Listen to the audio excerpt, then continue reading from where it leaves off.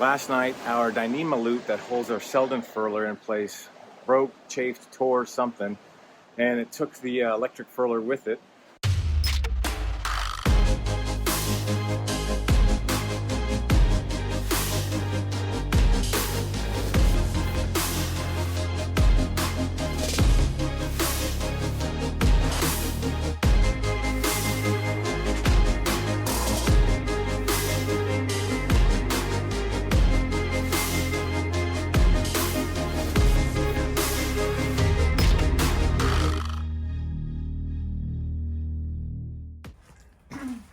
So we got an awesome 3D printer from our friend Zach, but we forgot to grab the power cord. So late last night we found links that Brian provided for us, and then Ann ordered it. And Ann, where did you order it to? To the historical post office. I thought, oh, you know, it's like an old town type of thing. But Brian, what did you find out about the historic post office? It's a wedding venue.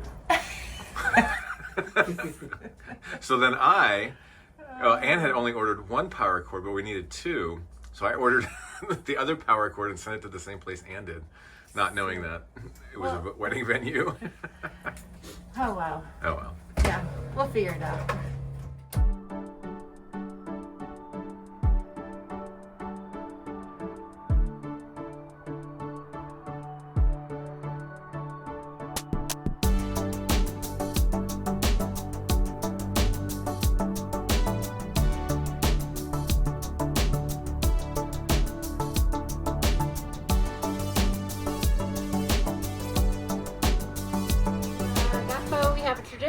When guests come, you get one cloth napkin, and you gotta take a safety pin and put your beads on it any color, and that's how you distinguish your napkin from everybody else's.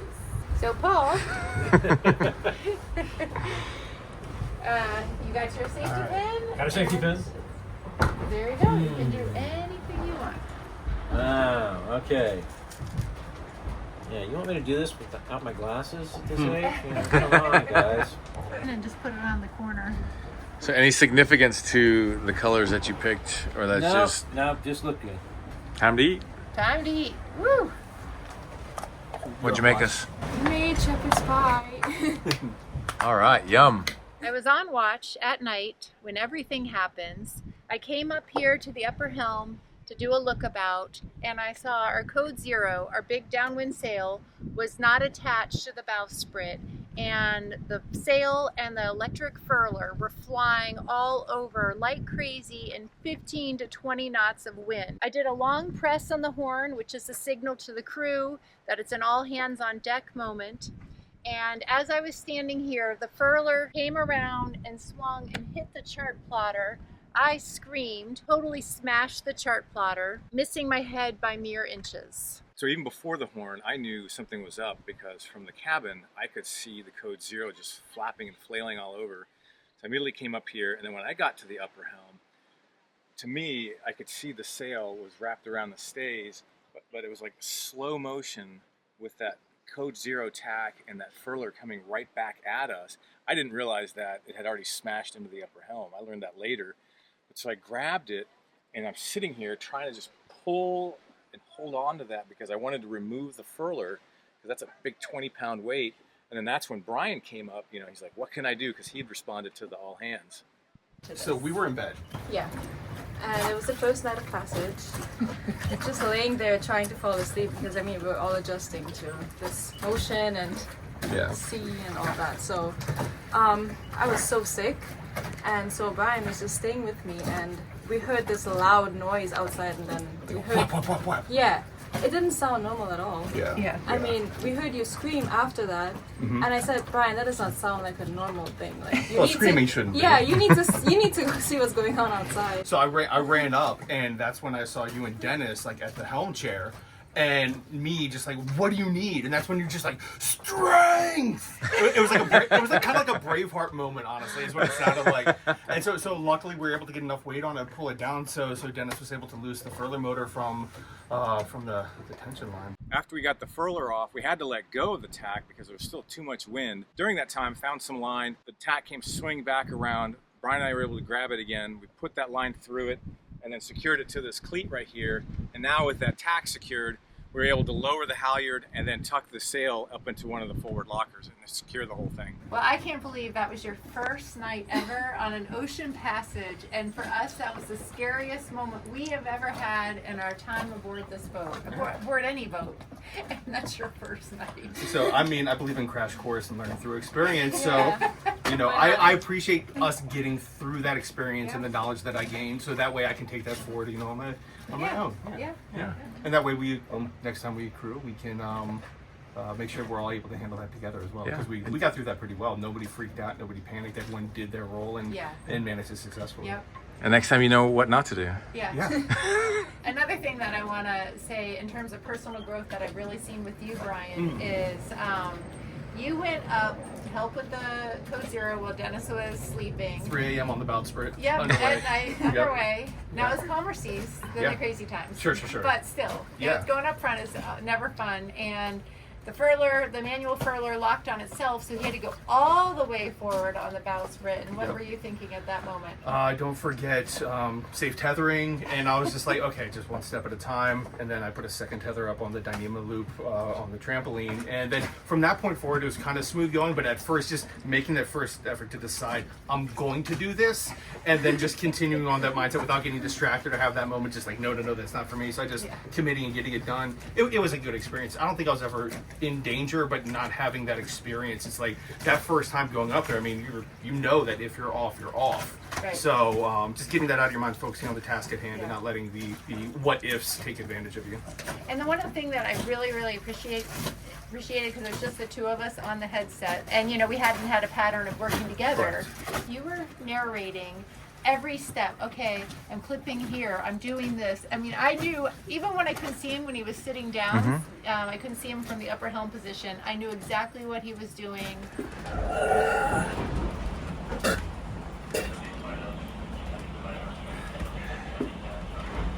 It's quite the ride, wasn't it? Yep. So what happened? The Dyneema loop that held the Selden furler on snapped. Yep. And so it sent the tack of the Code Zero just flying all over, rocked the Code Zero around the stays. The Selden motor clocked the GPS, or the Garmin. The upper Garmin, but better than us. If Dennis or I would get hit. And Garmin's replaceable, we're not. Crew did really good. We got all hands on deck. It's really rocky, if you hadn't guessed. I was holding my own, and I was able to hold in my vomit. I got everything secured, and now it's all coming up. Fortunately, my watch just ended, so I'm gonna go to bed now. See you, baby. Thank you, sweetie. You're welcome. I love you. I love you too. Yeah, welcome to our first passage. Yeah. Dude, that thing is, it's at least like 20 pounds. Yeah. Did you see where it smashed the screen? I can't believe that's the only thing that is smashed. Did it hit anything else? Not that I'm aware of. So it didn't crash the solar panels or any of. Dude, that's pretty lucky. I know. I took some video earlier, but if you want to pull it off, you see how smashed it is. Oh. Yeah, look at that right there in the bottom corner.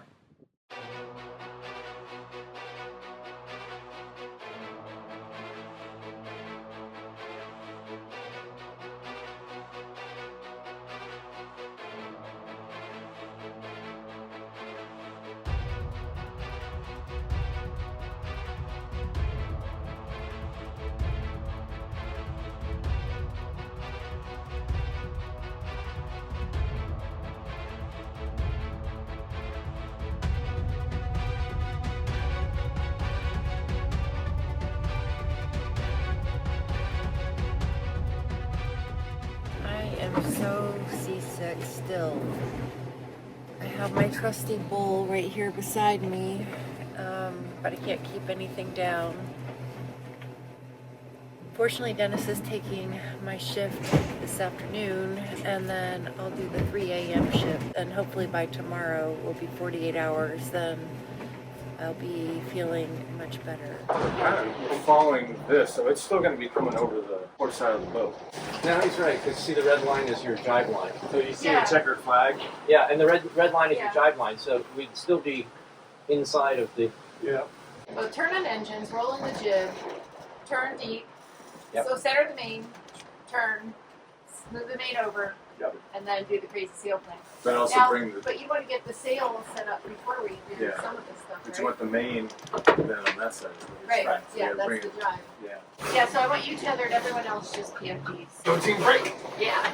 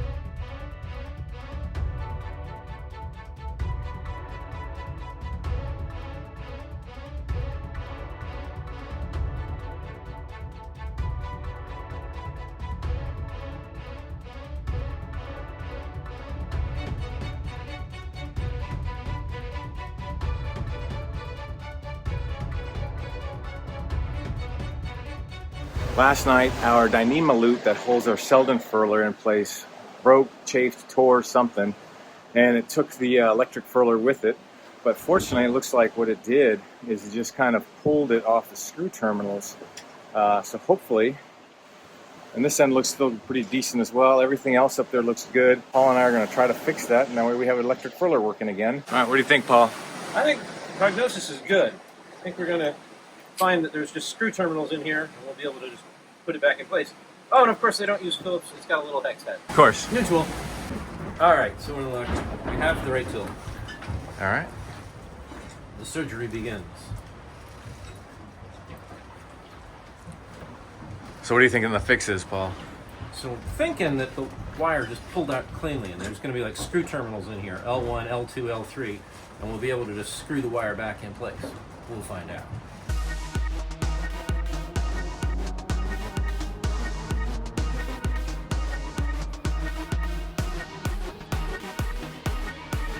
We're in luck. That's exactly what it is. Yep.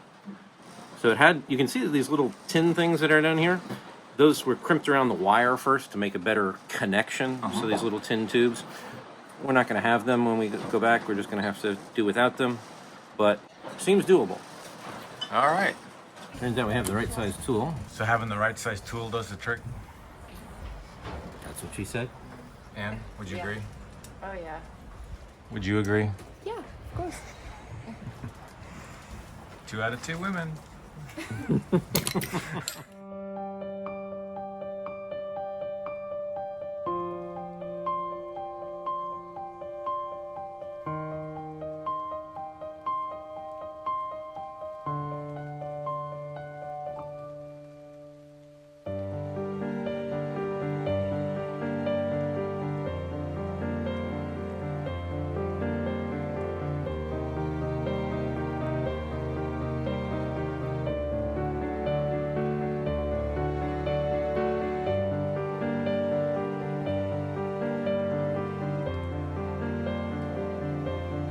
Look at that cute Shotzi.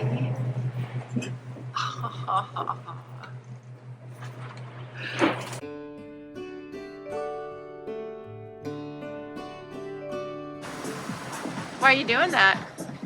Chassis boy. Because we're waking her up. She's a turd and sleeps all day long. And then at night, somebody gets all wound up. She's just like a baby. Like a baby.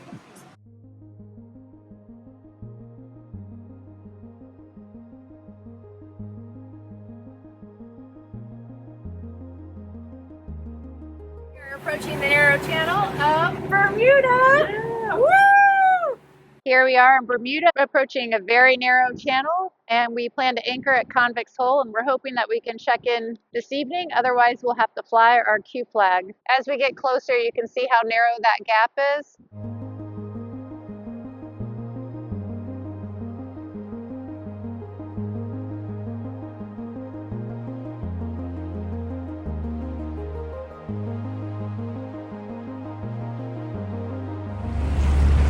Going ashore in Bermuda! Woo! We're in Bermuda Customs and we got permission to put a sticker up. Woo! Look at this amazing meal. Chef Rose, what did you guys make? Oh, so we did pork. Pork tenderloin. tenderloin, seasoned, oven baked and seared.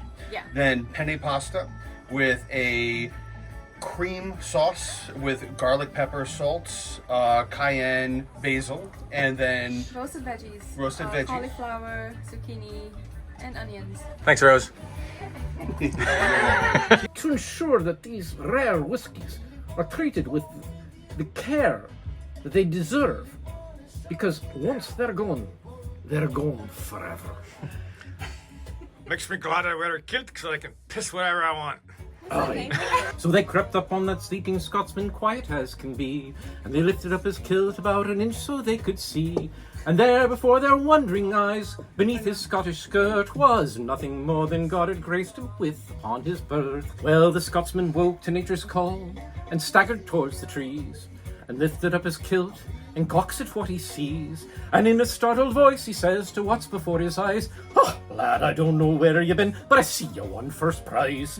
Oh, ring ding diddly diddly, oh, ring di diddly I oh. Oh, lad, I don't know where you been, but I see you won first prize." Hey! The Scotsman's Guild. Scotsman's Guild. Wilburton. Hey, where's mine? You have to board. I Gotta know. come on. Oh, man. Let's go, I woman. didn't want to. Hey, man. So what did we do? We just cheers to my mother's 74th birthday. That's awesome. Happy birthday, Sandy Thompson. Ha!